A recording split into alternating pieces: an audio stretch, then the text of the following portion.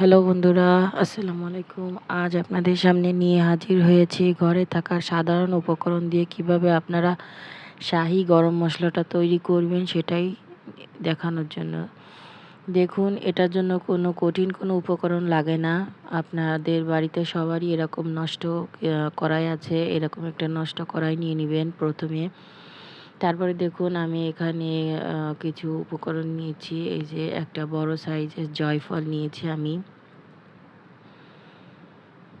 নিয়েছি ৪ থেকে ৫টা শুকনো মরিচ।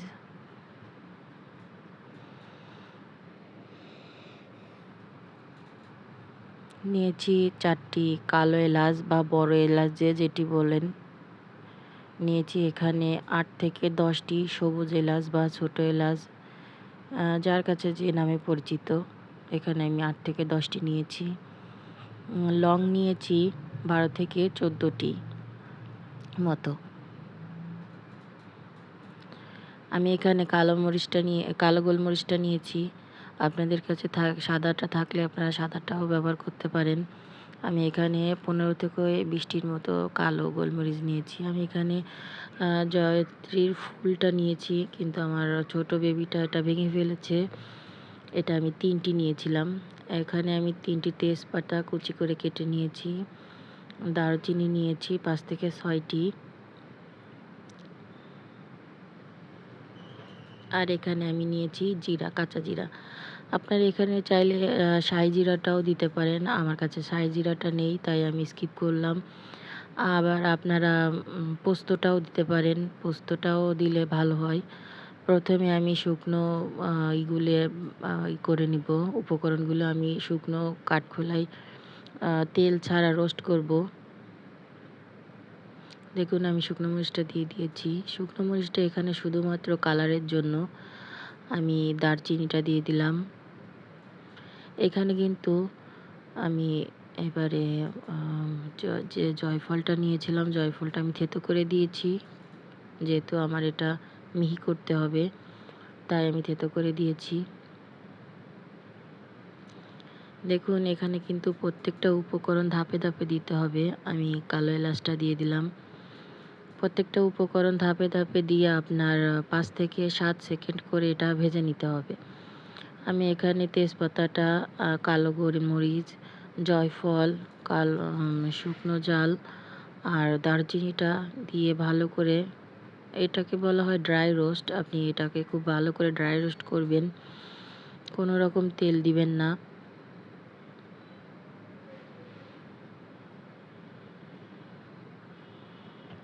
এবার আমি সবুজ এলাচটা দিয়ে দেব। দেখুন, আমি কিন্তু প্রত্যেকটা উপকরণ একবার করে দিচ্ছি এবং ৫ থেকে ৭ সেকেন্ড করে এটা ভেজে নিচ্ছি।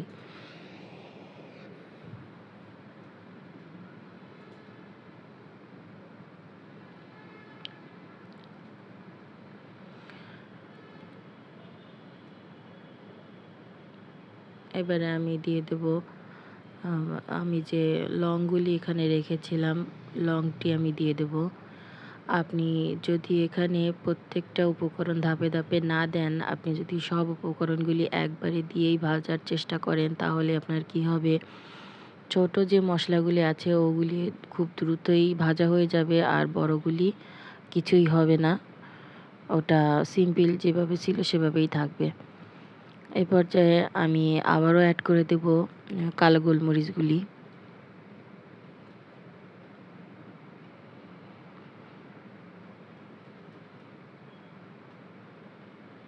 আমার আরও কিছুটা গোলমরিচ আছে, আমি এটাও দিয়ে দেবো।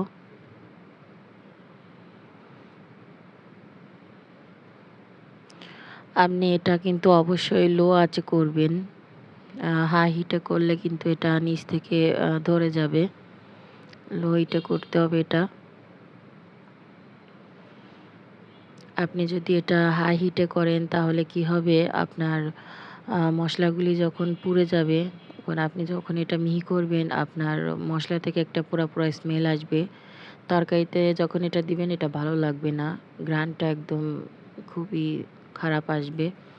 আমি এখানে জয়ফলের যে গুঁড়িগুলি ছিল ওগুলি দিয়ে দিয়েছি। আমি এখানে 3টা জয়ফলের ফুল নিয়েছিলাম আমি আগেও বলেছি আমার ছোট বেবিটা এটা নষ্ট করে ফেলেছে। আপনি ফুল দেন কিংবা গুঁড়ি দেন, যেটাই দেন না কেন আপনার এটাতেই কাজ হবে।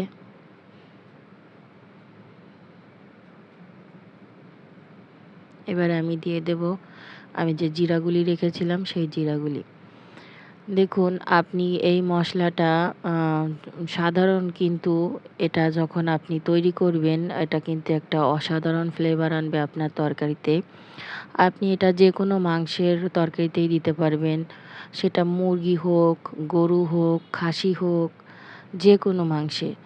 আপনি এটা বিরিয়ানিতেও দিতে পারবেন। এটা সুন্দর একটা স্মেল আনবে। আপনার পুরো ঘরটা স্মেলে ভরে যাবে। এতে করে আপনার তরকারিটা খেতেও ভালো লাগবে।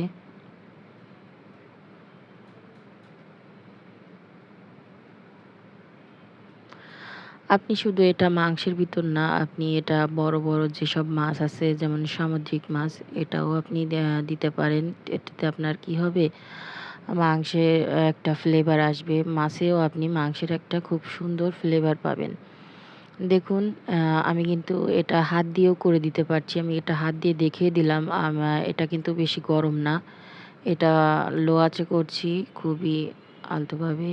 দেখুন এটা খুব বেশি গরম না। এটাতে হাত দেওয়া যায়। দেখুন আমার এটা কিন্তু মোচমোচা হয়ে গেছে। হাত দিলেই ভেঙে যাচ্ছে। আমি আপনাদের দেখিয়ে দিলাম আপনাদের সুবিধার্থে। দেখুন এই যে আমার এটা কিন্তু একটা ঝনঝন আওয়াজ হচ্ছে। যখনই বুঝবেন ঝনঝন আওয়াজ হচ্ছে তখন আপনি বুঝবেন যে এটা আপনার হয়ে গেছে। আমি কিন্তু এ পর্যায়ে চুলার আঁচটা বন্ধ করে দিয়েছি। এখন আমি এটাকে নেড়েচেড়ে একটু ঠান্ডা করে নিব।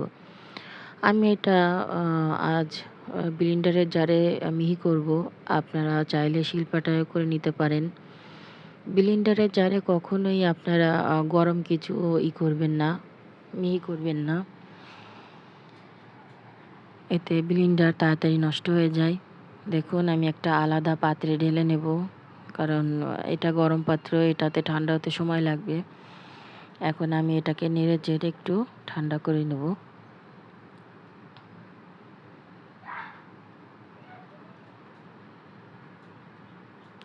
দেখুন আমার এটা ঠান্ডা হয়ে গেছে। আমি একটা ব্লেন্ডারের জারে এটা নিয়ে নিয়েছি। এখন আমি এটাকে একটা মিহি গুঁড়া করে আপনাদের দেখাবো। চলুন মিহি গুঁড়া করে নিয়ে আসি। এই যে আমার এটা মিহি গুঁড়া হয়ে গেছে। দেখুন দেখতেই পাচ্ছেন। আমি আরও সুবিধার জন্য আমি বাটিতে ঢেলে দেখাচ্ছি। আমার আরও কিছুটা গুঁড়া রয়ে গেছে ব্লেন্ডারের জারে। এই তো দেখুন।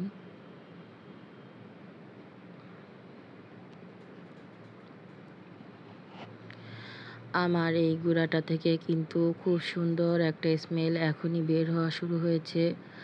আর যখন আমি এটা তরকারিতে দিব তখন কিন্তু এটা আরও বেশি সুন্দর একটা স্মেল আনবে তরকারির ভিতরে। আপনারা যখন এটা বাসায় করবেন, তৈরি করবেন, আপনারাও এই স্মেলটা পাবেন। খুবই সুন্দর একটা মিষ্টি, মিষ্টি স্মেল আসছে। খুবই ভালো লাগছে। আমি এখানে একটু কম করেছি, কারণ আমার পরিবারের সদস্য খুবই কম। আমার রান্নাটাও কম। এই কারণে আপনারা চাইলে বেশি কম যে যেমন পছন্দ করবেন সেভাবেই করে নিতে পারবেন। এটা কিন্তু আপনি এখন এই পর্যায়ে সংরক্ষণ করতে পারবেন যেকোনো এয়ারটাইট কন্টেনারে ভরে। আপনি এটা ১-১.৫ মাস সংরক্ষণ করতে পারেন। কোনো প্রকার কোনো অসুবিধা হবে না। আমি কিন্তু এতটা একসঙ্গেই ব্যবহার করতে পারবো না। যে কেউই পারবে না। আমি এটা একটা এয়ারটাইট কন্টেনারে ভরে রাখছি।